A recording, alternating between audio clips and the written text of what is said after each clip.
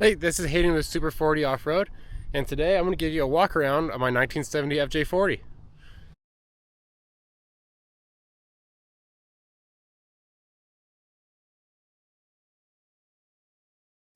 So I got this back in, was it spring of 2021, and I got it actually from the Land Cruiser Museum in Salt Lake. So they had it up on KSL Classifieds, they had it up on there listed, and it was rough, like very, very rough. I'll try to add in a photo of it. Then I ended up finding out a couple years later. I had up and running and everything. I hadn't met Dan yet up at the museum. So me and my dad drove up there. My dad drove his 40 before we took it apart and everything to restore it. My dad drove his 40 up there. Then I drove this up there. And then Dan was like, he's like, man, guys, I really like your guys' 40s. They're all patina. He's like, those things are epic. And then I asked him, like, well, do you recognize the blue one? And he's like, oh, no, what do you mean? I was like, take a close look at it. And he was like, no way. He's like, dude, get out of here. He's like, dang. He's like, that is epic. He's like, man, I pushed that thing around in the warehouse for years. Me and my wife moving it around and cleaning it out and everything. He's like, when we got it, it was from the tub to the windshield of dirt. So he's like, I think it was when I got it, I opened the glove box door, which was all bent up and everything, which I had to replace. But I opened the glove box, it was a wall of dirt. And I was like, dang, what the heck? Did someone just Baja this thing or whatever? It was really strange. And like the frame rails were solid dirt. And it was really, really weird. And the leaf springs were in a negative. So talking to him and everything, and then he's like, you know the story on it, right? I was like, no. I FaceTimed him when he came and got it, and you just made a quick sell, and off my dad went. He's like, I came out of a mine in Nevada. He's like, Greg got a call like in the 90s, like, hey, we got this Land Cruiser that's literally underground if you want it. So I was like, dude, that makes so much sense now. Because everything was full of dirt, like everything was full of dirt. And so so they ended up taking like a backhoe out there or something, and it was actually like underground when they approached it. Like, yeah, there's a Land Cruiser down there, So they dug it out and everything, which is really hysterical because I've been driving it for a couple years at that point and everything, not knowing, and then be like, man, then driving it home that night, I was like, man, I'm literally buried alive and brought back to life. So I mean, it was really cool. And then I wheel it and everything, and I try not to beat the crap out of it, and then I just have fun with it. So, and it is my baby, I love this thing. So it means a lot to me. So it was kind of funny hearing some of the history on it and where they got it from and everything. So, I'll keep showing you guys some more stuff and hope you like it. Come to find out later, when we were FaceTiming them, this is actually a factory soft top. So it has a tailgate. So when you see in my other videos, when I have the tan top on it and everything, and I have the tan doors, those are actually the factory doors that would have came on it. I actually tracked them down on I Hate Mud. They were the same color, and they were blue, and they were patinaed. So that was kind of cool to track those down the same color and everything. So yeah, factory soft top model. And then I tracked down an engine as I wanted it to be the original straight six that was in it. So a buddy of mine actually gave me an engine for it that he actually pulled out of his 40, because most people don't keep the old straight six in them. They like to put 350s or something, like an LS in them or something like that. So I ended up getting that engine from him, ended up putting that in there, and then on KSL found a three-speed transmission for it, and then which is no longer in it. And then I'll talk in a little bit about what's in it now. So yeah, when I first built it, I wanted it to be like all original, like how it would have been to drive a 40, except I didn't do the 3 on the tree. I went to the floor shift. So yeah, for like the first 2 years I had it, it was, pretty much how it came off the showroom floor, or, how it would have, with the straight six, a 3-speed, carbureted. And yeah, so that's kind of what I did. I went through everything, rebuilt all the brakes, put new wheel cylinders and everything. And then I drove it for about 2 years that way, and it just had 33s and just a 2.5-inch Pro Comp lift on it at the time. And then it kind of progressed on me a little bit. It kind of ran away on it. I call it the snowman, because it started out as like, oh, that's when everyone's like, oh man, it's snowballing on me. This one started out as a pebble, snowball, kept rolling on me, and now we got a snowman. So, but yeah, I ended up, a buddy of mine came up for my birthday one year, and we're like, you know what, let's go wheeling. So I I ended up taking my truck, and then I let him drive my Land Cruiser, and we were just like, oh, let's go up and hit the dirt road. And then we ended up hitting a bunch of the harder off-road trails up there, and then after that it was kind of just like it became a wheeler. I started wheeling it after that, and then doing things to it. So, but yeah, that's kind of like a little bit of a quick run around on how I got it, and you know, like it's early stages of life and everything. So there's been lots of things like parts put on, tried, taken off. I won't go into details on that. But yeah, so now it has a full factory full float rear end out of a BJ74 from overseas. We didn't really get them here in the States, the full float. So I found that on Craigslist down in New Mexico, ran down and got it. And then actually my friend Lindsay with the Jeep Gladiator that I'm always wheeling with, he actually ran down and got it for me one weekend. So that was really nice of him. And then it was actually a front and rear end. So yeah, so that whole complete rear end, that's out of a BJ74. And then the front end, the guy was actually selling the front and the rear end. So I took all the disc brake parts out of it, the 30 spline shafts, put them in my FJ40 original housing, and that's what's still in it. And then did that. So it's got E-lockers front and rear, which I really, really love. It's the first time I've ever ran an E-locker. I have ARB air lockers in my truck, which work really well as well. But the E-ins I really like. They're doing really well. This is kind of nice. You just turn it on, you know, do your thing, turn it off, and then you got your steering back. It's really slick. I really like it. So, and then it's got 15-inch raceline wheels on it. They're 8-inch wides. Running 35 1250 tires on it. This is the first time I've ever ran Kendas, and on a vehicle anyway. A dirt bike and all that I have, and you know, mountain bike. But these have been phenomenal. I really, really like them. They've been great. So, and no one really runs them, so it's kind of fun running different stuff that not a lot of people run. So I think when they wear out or whatever, I'm gonna run them again. I really like them, and I really like the sidewalls on them. And then so rock sliders, these are handmade. I built these myself. These are rectangular tube. It's DOM steel. So I mean, you can body slam them, and I have body slammed them, and yeah, they hold up, no dents so far. So got that. And then yeah, the Toyota factory disc brakes, like I was saying a second ago. And then it's got, I could have put like the Saginaw power steering on it like some people do, you know, but it's up here. So I actually cut an inch off my frame, moved the bumper and the winch and everything back an inch just for a better approach angle, which is still not the best. I mean, my leaf springs are still out there, but it did help it. And then it's got a FJ40 steering box in it, and then I am running a Saginaw power steering pump in it out of a junkyard. I paid $20 for, and it's been in there for almost 3 years, and it's doing phenomenal. So that's why on my sweatshirt, on the Super 40 sweatshirt, it says repurposed parts on the sleeve, because there's a lot of parts on this thing out of a junkyard, and they work awesome. So now, like when I was saying earlier, it no longer has the factory 3-speed in it. It has an SM465 out of a GM 1-ton. So the first gear in it is, excuse me, referred to granny low. So first gear in it is very, very low. Like when I'm in high range in town, I don't ever use it. I just take off in second gear. But when I'm wheeling and crawling, the first gear in it it's phenomenal.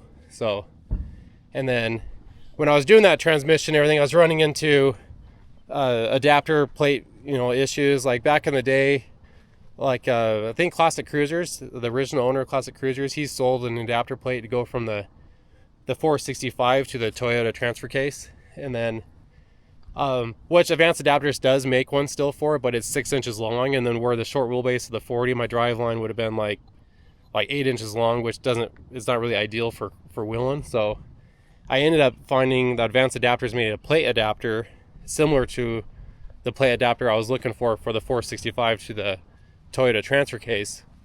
But so I ended up tracking down, it's a plate adapter for a Dana 18. So, which they're really, really well known for being tough. I mean, they are small. Like the transfer case, it's very, very small, but it's all cast iron. It came out of I got it from a guy in Price, which is a couple hours south of me. I drove down one night after work and picked it up from a gentleman down there. He had it in a CJ behind a 460 big block, and said he never gave me issues, so I picked it up from him, and then he got it from a person that originally came out of an international truck. So yeah, so it's got a twin stick set up, and a factory twin stick set up in it out of an international. So that's pretty cool. You know, it's pretty unique.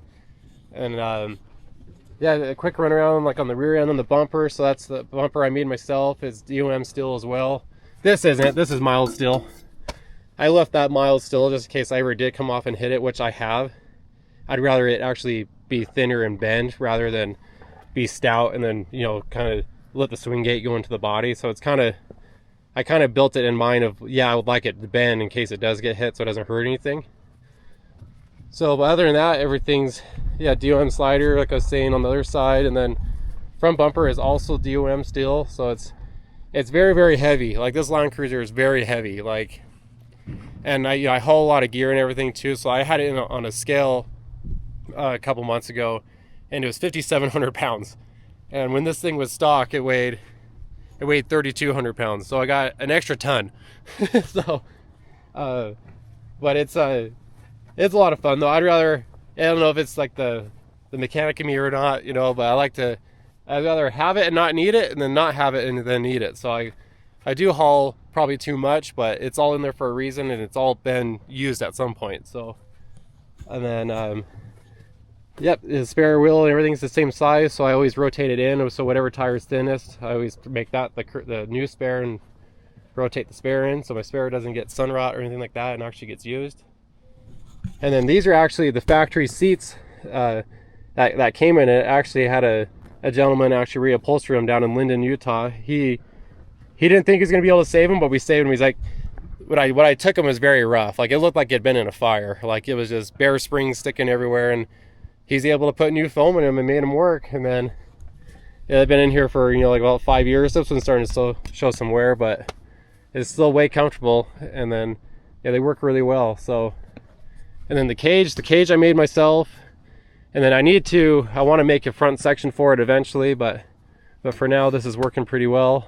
And then, so a lot of people think this is an exhaust. It's not. It's an intake.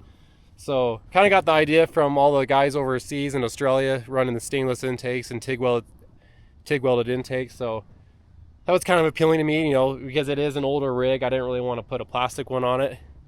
And then there's only been like 2 times that I've actually had water over the hood in it before. So, which I don't really want to do, but if I have to do it, that is there. So there is a couple times I have done it and needed to do it. So so that's on it. My friend Jason down in New Mexico built it. I actually drove this down there. 14-hour drive each way. Drove it down there last April to have him build it. So yeah, he runs SPC out of Silver City, New Mexico. He is an amazing fabricator, awesome TIG welder. So me and him built that up and everything. I more or less just helped him. He did all the TIG welding. And then yeah, like in my other videos, I'm sure you've heard me talk about my 8274 several times.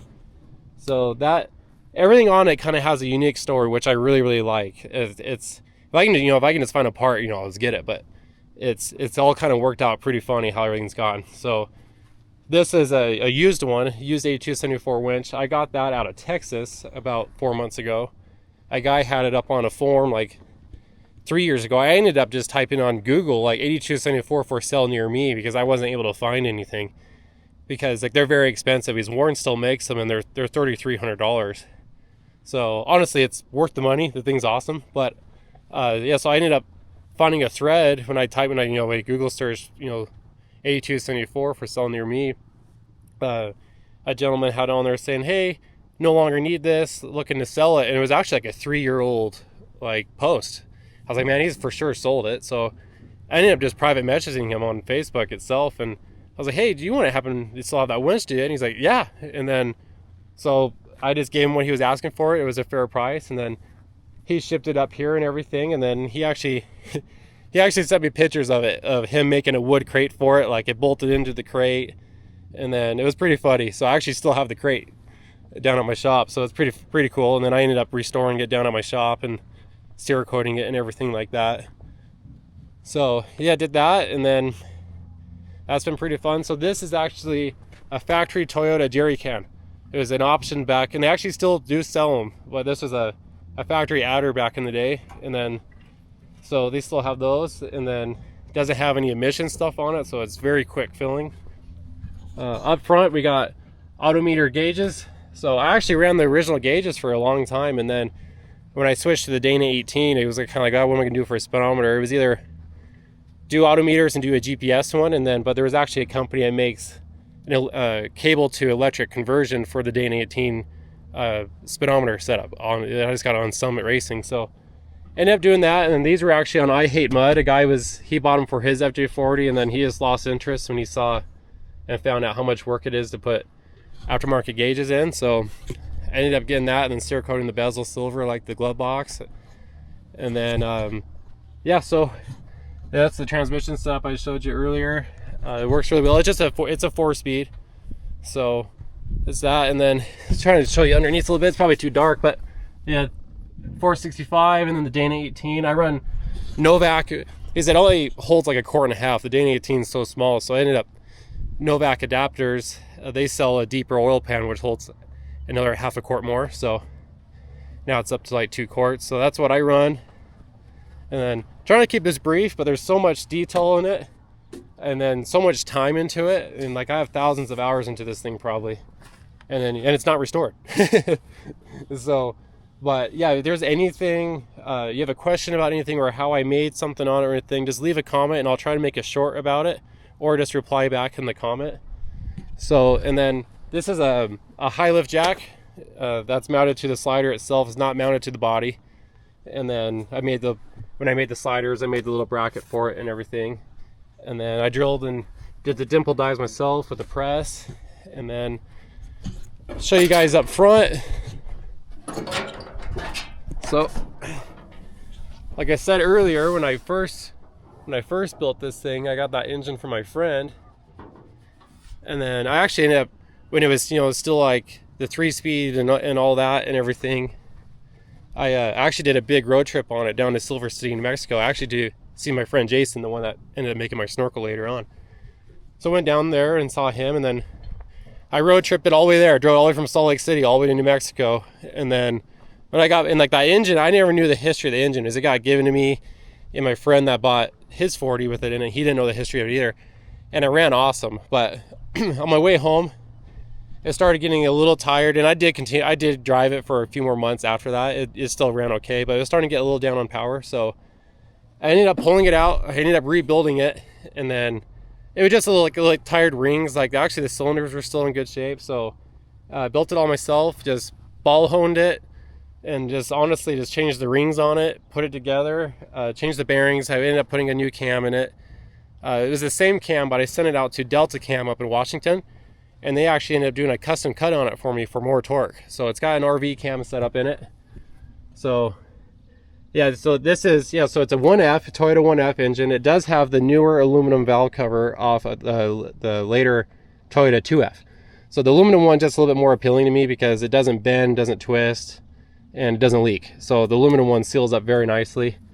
And so I did that. And then my head I actually took down to a machinist in Salt Lake that's done some work for me for another project that I did, last year, and well, a couple years ago. He did the head on this last year. So I ended up telling him, because Land Cruiser valves, I kept running into issues like my valves were sinking really bad. The seats were holding up, but the valves were just sinking because I drive it so much. And then OEM valves are kind of hard to find. You can find new old stock on eBay, but people want they want like $150 a piece for the thing. So you got 12 of them, and then so it gets really costly really quick just for your valves, and they're still old school and everything like that. They do work, but with how much I drive it, I ended up telling them like, hey, I'd like to put something in there that I can continue to buy for years and years and not have an issue. So we ended up machining it out, cutting the seats out, and putting GM LS valves in it. So it's got bigger stainless valves in it. That'd be in like an LS3. So that was pretty cool. And then I'm like, I don't ever have to adjust them. Like I checked it like a month ago, and they were still in spec, and I haven't adjusted them in over 2 years. They just keep going. So, and it's a flat tappet cam, so that's really good. So it does have, so this is the intake from my friend Jason, SPC in Silver City. So this goes across to a UMP intake. So this intake is actually for a trophy truck. So it filters amazing, and it breathes really, really well. And then it's a paper filter, so it filters extremely well. So we ended up putting that on there and everything when we did the snorkel, made a mount and everything for that. And then yeah, so it comes in, goes across, so it's kind of crazy looking, but it works really well. And then the serviceability on the engine and everything with it in there is really well. I just have to undo it here and there, and then this just lifts off. It's really, when we first did it, I was like, man, it might be a little tricky working on it, but it hasn't been a problem at all in the year it's been on here so far. So it has a HAL EFI on it. They're 2-barrel, well, 2 injectors set up and everything. So it's all GM parts. So serviceability on it is really, really well. So if I'm out of town or something, which actually happened when I first got it, and they actually took care of me on it later. But I was scrambling to get it ready to go to San Hollow in December, and I got it running and everything, and then I got down there and actually the throttle position sensor went out on it. But that's the nice thing about the HAL. You could have 1 or 2 bad sensors and it'll still run, and then, which is awesome. It may not run all that great.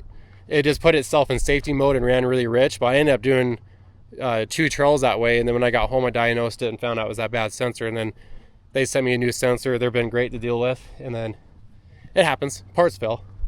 And then yeah, so yeah, HAL EFI up here, and then as an old mana-free header on it from, like, I don't think they even make them anymore, but that actually came on the engine I got from my friend originally. So, and then I run the plastic 2F fan on there. I do want to convert it later to a clutch fan setup and everything, just so it's not so loud and possibly cool a little bit better, but it runs cool for now, so I'm just letting it be. So yeah, it's kind of a quick run around on my 1970 FJ40. Like I was saying earlier, if you have any questions or how I did something or who I used, just hit me up.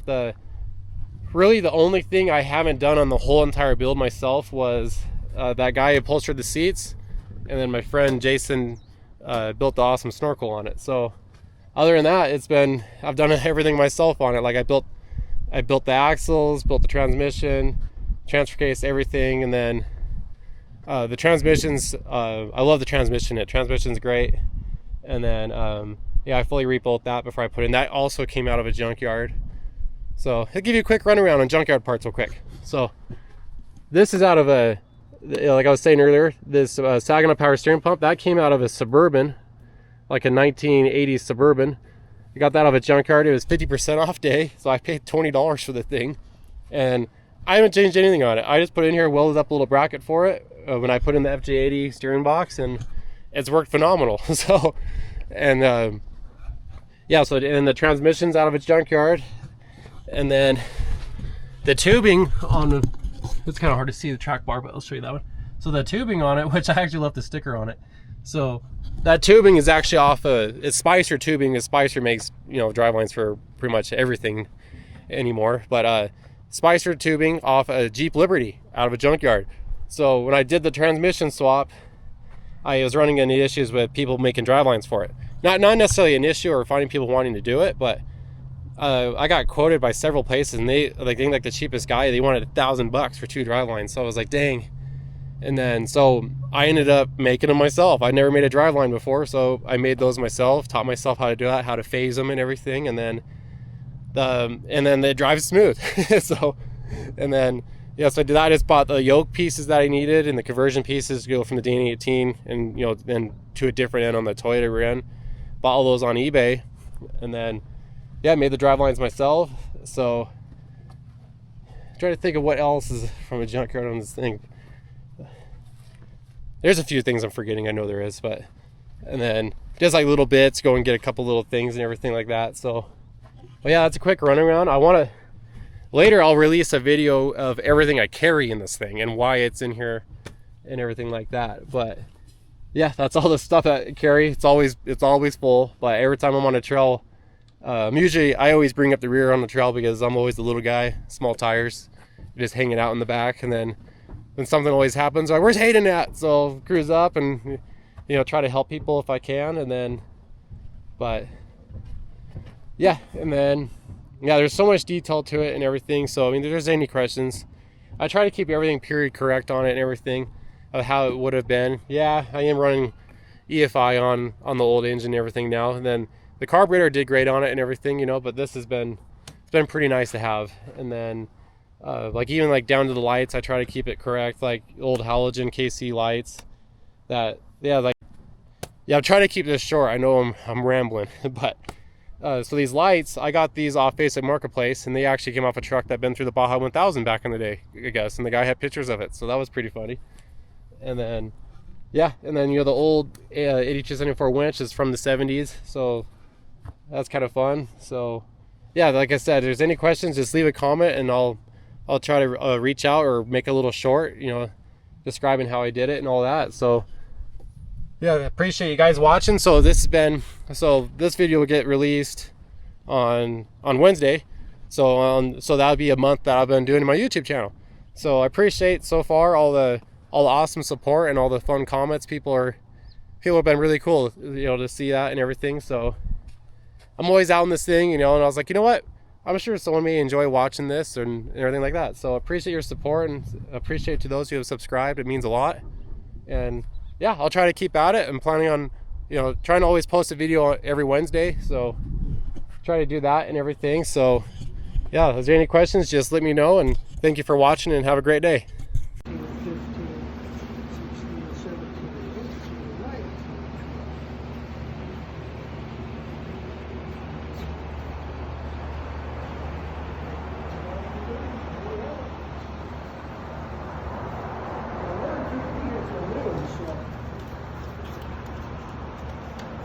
Pardon me? Warren couldn't get here till noon today, so Okay. that's good. So all good there.